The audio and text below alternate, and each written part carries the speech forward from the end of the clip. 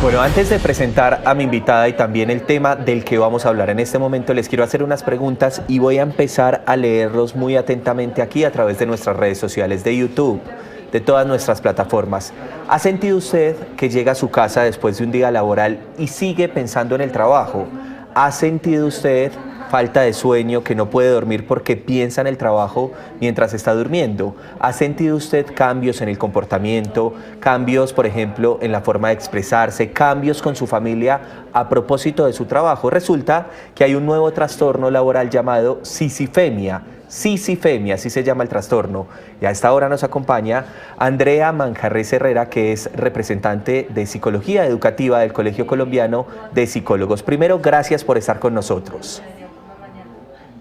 Muy buenas tardes y muchas gracias a ustedes por la invitación. Bueno, los trastornos laborales que están muy comunes en esta época, que pasaron después de la pandemia y que se siguen quedando, pero la sisifemia pues no la conocíamos. ¿Usted nos podría explicar, Andrea, un poco de qué se trata? Claro que sí. Bueno, lo que pasa con la cisifenia es una propuesta, es un concepto en desarrollo que viene desde hace 2 años, precisamente con expertos de la Universidad de Murcia, del área de psiquiatría y de enfermedades aplicadas al contexto laboral. La idea es que nos demos cuenta que estamos en un contexto altamente competitivo, súper competitivo en este momento, ¿cierto? Y también estamos en un contexto que al ser tan competitivo es supremamente exigente, ¿sí? Exigente en el sentido de que te colocan unas metas laborales, metas que muchas veces no son fáciles de cumplir. También veníamos con un auge de todo lo que es el teletrabajo que ha tomado muchísima más fuerza ahora con esto después del COVID-19.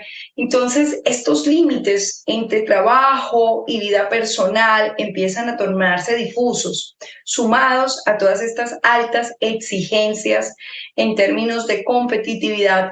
Llega un punto en que a la persona le cuesta desconectarse y siente una frustración porque no importa cuánto me esfuerce, no logro alcanzar estas expectativas, ¿sí? Y también entonces hay un nivel de autoexigencia, ¿no? Hay dos entradas allí. Uno, por un lado, la empresa que favorece estas dinámicas que hacen daño a la salud mental y por ende el rendimiento laboral, pero también está la parte de la autoexigencia de estas personas que le cuesta desconectarse, que son perfeccionistas, quieren más y se les hace imposible lograr por el agotamiento físico y el agotamiento mental estas metas que ellos han trazado y que las empresas les trazan. Pero Andrea, son esas personas que uno todo el tiempo está viendo que no dejan de hablar de trabajo, que están, por ejemplo, en una reunión con compañeritos, que salieron ya de trabajar y que siguen refiriéndose a esos temas, digamos ya de manera obsesiva, porque uno podría comentar algo que pasó en su empresa, etcétera, pero son personas que no dejan de hablar del trabajo. Sí, incluso que tienen muy poca vida social y familiar, ¿no? O sea, su vida, como los niveles de exigencia externos que tiene la empresa y también las exigencias internas, porque, ojo, ahí hay dos factores, como lo dije anteriormente, pues hace que esta persona no tenga un equilibrio. Entonces, siempre tiene un relato saturado, ¿cierto? Toda hora estoy hablando del trabajo, de lo que necesito hacer, pero a veces también no solamente es hablando, pensándolo. Sí, puede estar en una reunión familiar, en sus propios cumpleaños, Navidad, Año Nuevo, pero está en la cabeza pensando, no he hecho este informe, no he cumplido con la meta de este mes. Entonces es una situación supremamente complicada que genera procesos de desadaptación y desequilibrio en las otras áreas de su vida. Además que indiscutiblemente las personas que tienen este problema empiezan a bajar su rendimiento laboral y empiezan también a tener varias dificultades en su salud física, ¿sí? Porque cuando yo dejo de dormir por andar trabajando, ¿sí? Cuando no tengo el descanso necesario, cuando no tengo espacio para tener un bienestar familiar, espacio para hacer ejercicio, para comer, porque ni siquiera hábitos básicos de vida saludable, con horarios, por estar toda hora concentrado en el trabajo, pues entonces esto a la larga termina en enfermedad física y en enfermedad mental, que además se desarrollan en muy corto plazo. diferente al burnout, que es tan famoso y tan conocido, ¿cierto? Este síndrome del quemado laboral, porque este es producto de muchos años de trabajo. En cambio, cuando estamos hablando de este trastorno, estamos hablando de algo que se desarrolla muy rápido, incluso no solamente en el trabajo, también pasa con los becarios, ¿sí? Personas que son becadas y tienen una situación que tienen que tener un rendimiento, un promedio mínimo, entonces también presentan estas fuertes dificultades con la salud física y mental, lo cual requiere un gran desafío y pues que también está protegido, de hecho, en la legislación, en lo que se llaman los riesgos psicosociales del trabajo.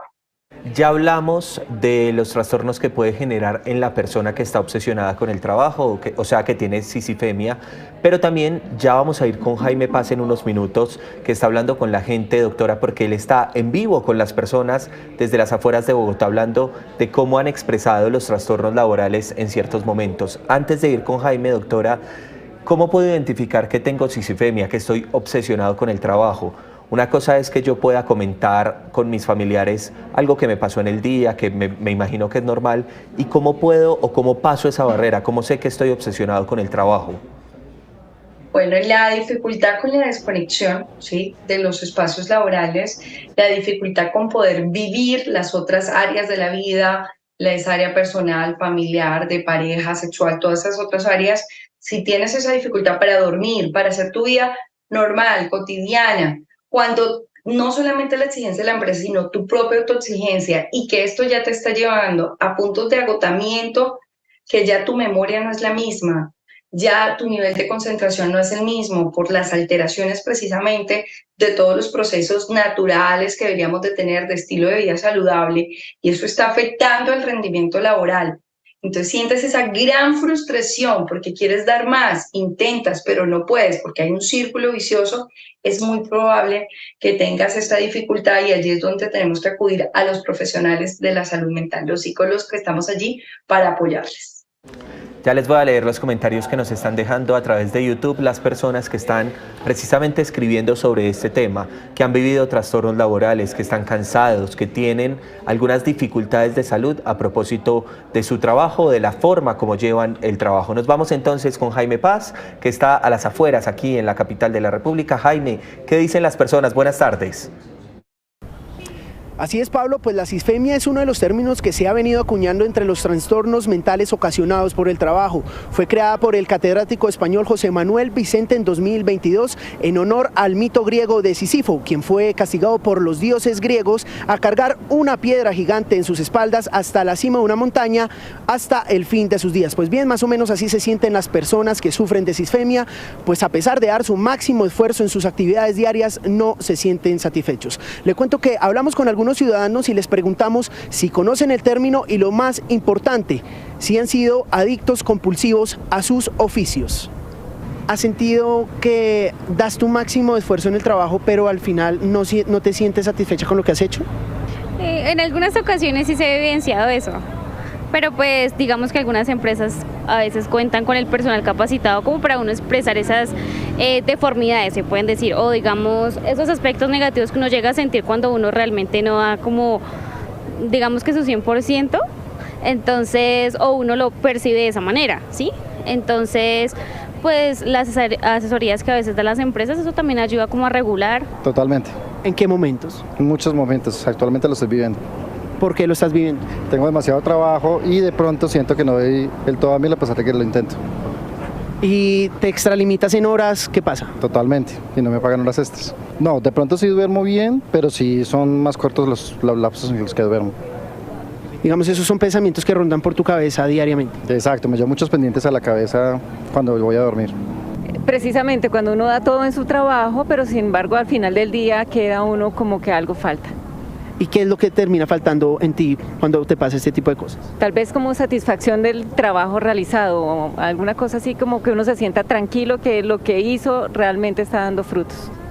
No sé, de pronto en la entrega de informes, de pronto no se entrega, digamos, lo esperado al jefe y pues uno le mete la ficha y no. Sí, bueno, hace rato no me pasa, pero sí era algo que me pasaba, sobre todo cuando uno empieza a trabajar, su vida laboral, y siente como que no se puede desconectar, sigue pensando en el trabajo cuando va a dormir y siente que no ha hecho lo suficiente. A veces pasa que no se cumple como la mayoría del trabajo y es como que, uy, pero sí se he llegado a sentirlo. ¿Y qué sientes al final de la jornada?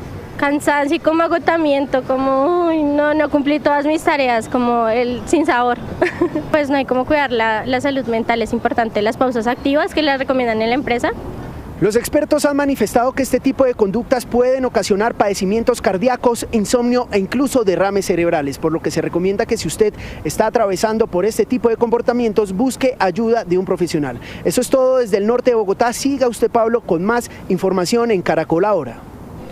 Jaime, muchísimas gracias. Ahí está entonces el reporte desde el norte de Bogotá. Volvemos entonces con la doctora Andrea para que usted vea, Andrea, si ve lo común que es este tipo de comportamientos y lo que está pasando. Usted conoce muchísimo más que yo sobre el tema, pero vemos cómo en las calles las personas lo perciben. Por ejemplo, uno de los señores decía, tengo mucho trabajo, pero al final también siento que no doy lo máximo y al final no puedo, digamos, cumplir con lo que me están poniendo en el trabajo. Sí, pero mira, Pablo, acá hay algo muy importante que quiero que las personas diferencien.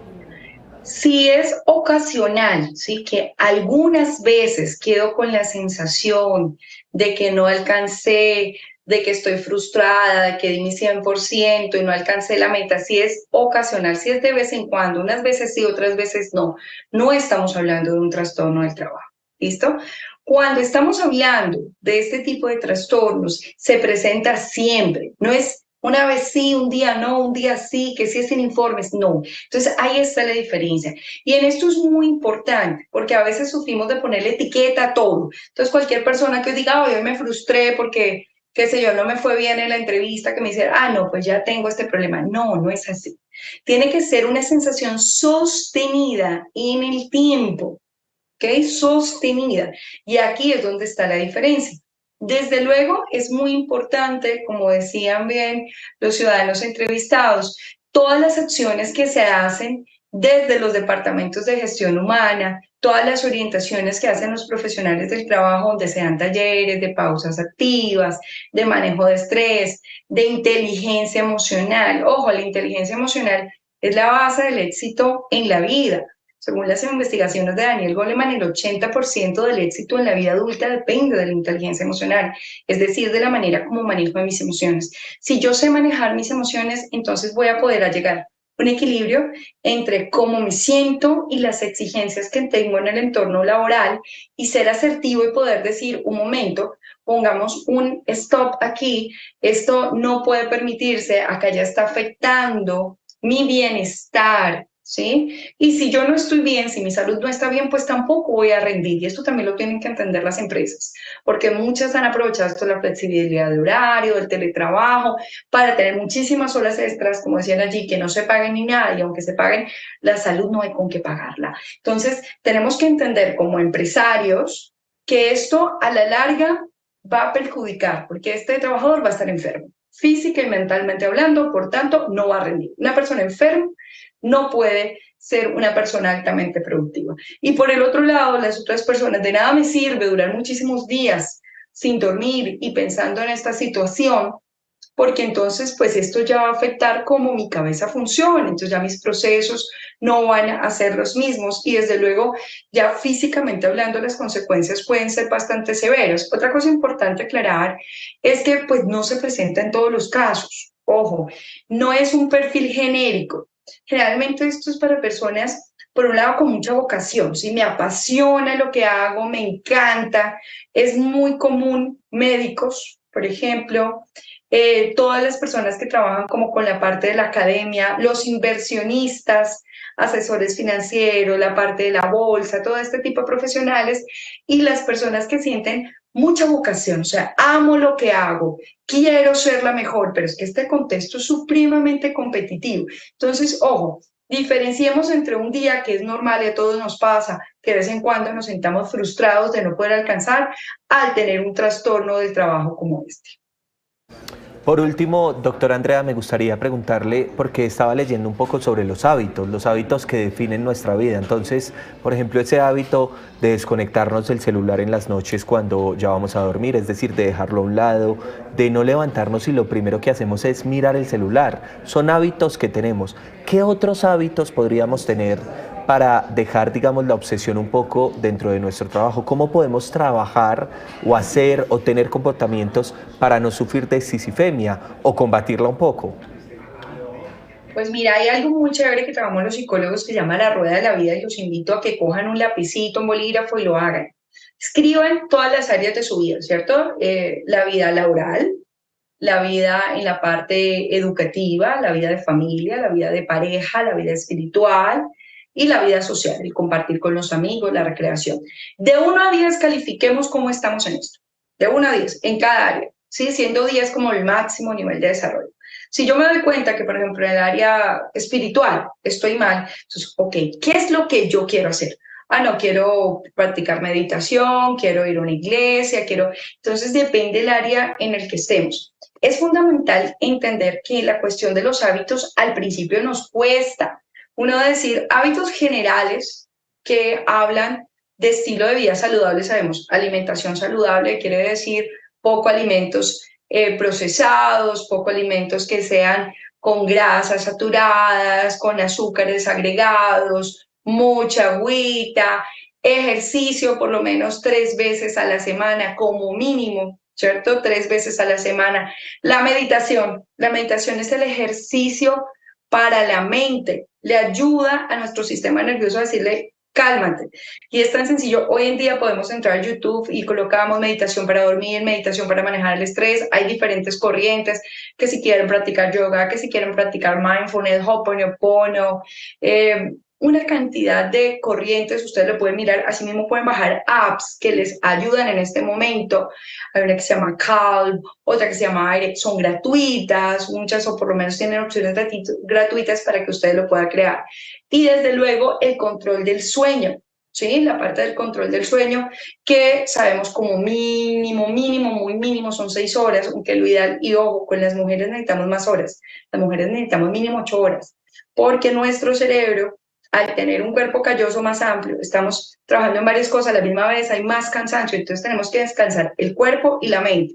Nosotros necesitamos un poquito más de sueño y normalmente somos las que menos dormimos. Entonces, este tipo de hábitos genéricos nos ayudan bastante y desde luego ya en términos de la empresa, el llegar a acuerdos. Aquí los departamentos de gestión humana, digamos, llegan a mediar entre los intereses de los dueños de las compañías con el bienestar de los colaboradores y desde luego en coherencia a la legislación que hay que protege al trabajador y que habla de lo que son los riesgos psicosociales, donde plantemos pausas activas, donde realmente consideremos si las metas que le estamos colocando a estos colaboradores son reales, ¿sí? Porque así a mí me están pidiendo vender 50 millones de pesos, pero la empresa está consciente que por mucho que se esfuerce alguien puede vender 40 nomás, pues siempre va a haber ese sentimiento de frustración. Entonces, no, pongámosle 50 para que se esfuerce más. No tiene que ponerse lo que se debe.